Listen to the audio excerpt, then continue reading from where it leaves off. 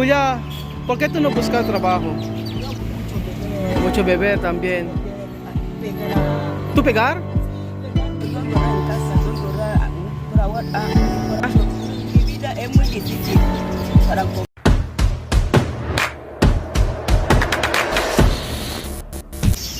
Hola, buenas tardes mga amigo. Kamusta po ang buhay ng bawat isa? Ngayong araw po ay actually nakatatlong take na ako ng video. Nandun ako sa may sentro. Ay nasa may puerto ako, tapos nag-aabang ako ng taxi. So ang content ko talaga kung sino yung una kong masasakyan na taxi ay pag-grocery ko. Tapos saktong-sakto dumaan yung HR namin. Hindi ako nakatanggi, sumakay ako sa sasakyan niya. Kasi nga actually bawal kasi ngayon mag-taxi sa amin. Ang sabi sa akin ay sumabay ka na sa akin. Wala akong nagawa. Kaya sabi ko, pwede ba i-drop mo ako dito sa may Martinez o sa may bilihan ng grocery. Eto, meron isang babae kasi sa akin na namamalimos. Hindi ko na kasi na-i-video. So, ando to si Julia. Papakilala ko sa inyo. At ang sabi niya ay kailangan daw niya ng pangkain. So, may kasama siyang bata.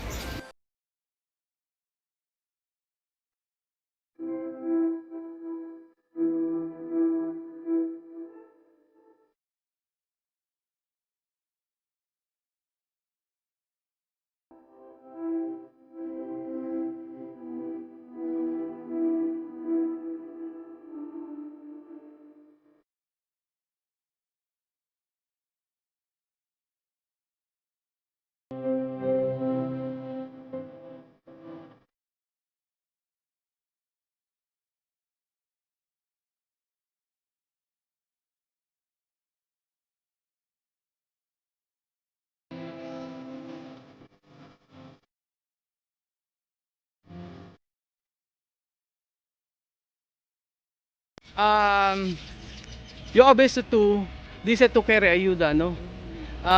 ¿Por qué tú estás aquí? ¿No tiene trabajo? No, no tengo trabajo. No tengo trabajo. Ajá. Ang pangalan po niya ay Julia. Tu nombre Julia, no? Julia, ¿cuánto tu años? Yo 35. 35. Tú dice tú tiene marido, ¿no? No, marido no he dejado mucho bebé. Mucho bebé también. Pegar a... ¿Tú pegar? Sí, pegarme. No sé. ¿Dónde él casa? Él ahí en el resto, ¿cómo se llama? Estadio. Por ese estadio. Ah, sí, estadio. Atrás. Estadio atrás. Sí. En cuanto más- Sí, yo he visto tú está aquí para buscar comida, ¿no? Sí, realidad, sí. Sí, Julia, ¿cuánto tus niños? 5. Sí. Sí. 5. En casa 4, sí. 5 todos? Sí, todos, sí. Tapos tu marido de car, tú? Sí, yo dejarle porque es mucho... Bebé. alcohol, no interesa nada. No, so ayan, nakita ko kasi ito si Julia, nangingi sa akin ng pangkain. At ang sabi niya sa akin, hindi pa raw siya kumakain. Tu dice, tu no comer ayer, no? No, nada. Solamente harina. Eso. Solo harina. Ajá. Sí, se llama. Asi. Sí. So, ayan mga amigo, si Julia po ang ating bibigyan po ng ng tulong.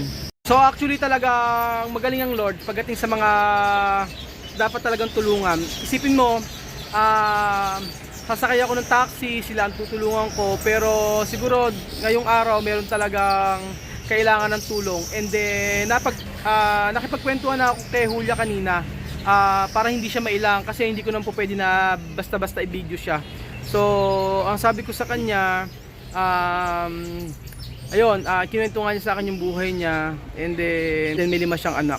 Ang sabi ko sa kanya, sa ngayon ka ako, ang mabibigay kong tulong sa kanya, sa'yo, ipag-grocery kita para pangkain nyo ng pamilya mo. So, ayan mga amigo, medyo nalungkot ako kasi, kasi kagaya ni Ate Marie nang nakilala ko sa Ate Marie, hindi naman siya namamalimos sa akin. Si mismo yung nanghihingi ng pagkain.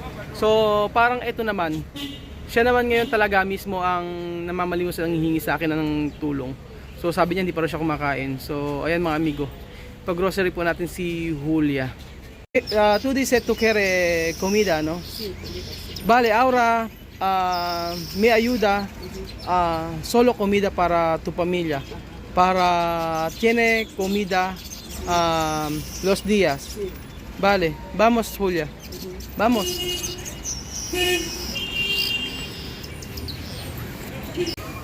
So, ayan mga amigo, nandito na kami sa grocery store. Ang sabi ko kay Julia, entra.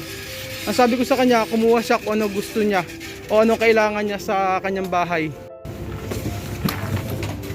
So, tingnan. Tulog pa yung kanyang anak. Solo uno? Ayer tu no comer? Solo arena?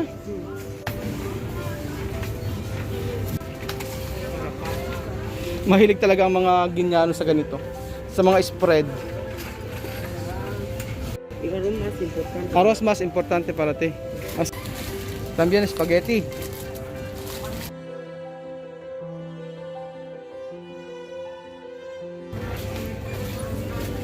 Dame Julia. Aceite. Aceite. Sí, no hay problema. Cuando tú quieres. Sí, no hay problema. Papaalam pa siya sa akin. Okay lang daw bang dalawang mantika? Oh, sabon daw. Habon May. So, ayan mga amigo, nakapila na kami ni Julia. At natutuwa ako kasi ang pinagkukuha lang niya mga importante talaga. So, dito mo papatunayan na mabait yung tao na to. Kasi kung iba to, sigurado marami siyang kukunin. Kaya tingnan po natin kung ano po yung tutulong natin kay Julia. So ito yung mga pinagbibili niya. Talagang gamit lang sa bahay, pang araw-araw nila. At saka ang sabi niya, importante daw talaga yung bigas.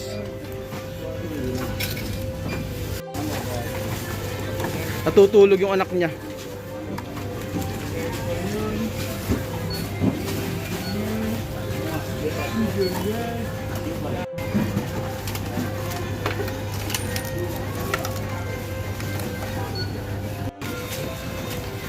So, ayan mga amigo. Tapos na kaming mamili.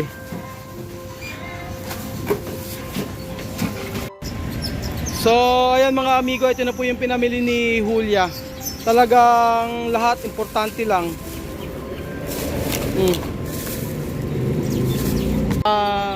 Julia, ¿por qué tú no buscas trabajo? Yo he buscado, no hay. De momento dicen espera. Espera. Pero antes, ¿qué tu trabajo? Antes yo trabajaba a lavar ropa. Lavar ropas. Quiero esta chica para trabajar. Pero ahora no Una hay. casa.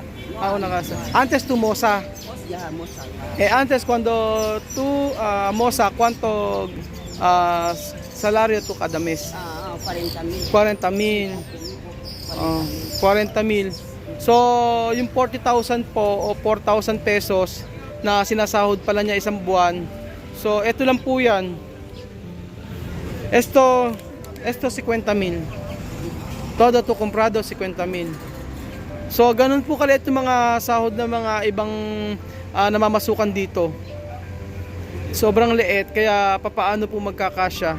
Kaya, ¿cuánto años tu niños? Una niña, 14 14. años. Después, Otro 11. 11. Otro 7. Otro 5. 2. 2.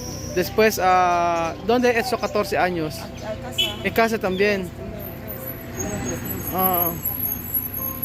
Ayuda a la misa. Ahora, la misa. Pero cada día cuando tú buscar dinero cada día, ¿no? No, no cada día. A veces yo vengo aquí. No cada día. No. No cada día. Ajá. Cada semana, ¿cuántas veces tú estás aquí? Cada semana yo aquí una vez, 2 veces a la semana. Solo buscar comida. Como comida. Trabajo más mejor, ¿no? Sí, cada más mejor, por eso yo quiero un trabajo. ¿Tú qué? Ahora trabajo no hay. Sí, no hay. Solamente negocio. Negocio. Sí, vender cosas. Sí. Yo no tengo dinero para comprar cosas, para empezar. Gracias por la comida para que me ha ayudado hoy, por la comida, porque no tengo nada, estoy pobre, no tengo familia, mi papá ha muerto, mis hermanas están en Malabo, solamente estoy con mis hijos, necesito ayuda, más ayuda. Llevamos ayer sin comer mis hijos, yo y mis hijos sin comer, por la noche no hemos comido, esta mañana yo no he comido con mis hijos. ¿Ah? Necesito mucha ayuda, Dios, ayúdame. Mi vida es muy difícil para comprender. Mi vida, yo siempre así llorando en la calle, así. Estoy cansado, tengo muchos hijos. Mis hijos, hambre, mucho hambre. Todos los días necesito un trabajo. Yo lloré en casa, pero ahora mi corazón ya está muy fuerte, ¿no? Tú conoces, ¿no? Yo todo ahora me da igual ahora. So, kadalasan naman talaga kasi dito, mahirap pumarap ng trabaho. Kaya nga, natuwa ako na sinabi niya sa akin na gusto man niya magtrabaho pero wala. Gusto niya magnegosyo pero walang pang-umpisa. Akala ko araw-araw siyang nandito sa may malapit sa supermarket. 2 to 3 times lang pala o 2 beses, 1 beses to está aquí, no? Solo buscar comida. Yan. So bibilang ko ng telepono muna ng maliit para malaman ko kung saan yung bahay niya. Para sa susunod na araw ay mapuntahan. Or ngayon siguro baka puntahan ko na rin siya. Pero sa pangalawang video,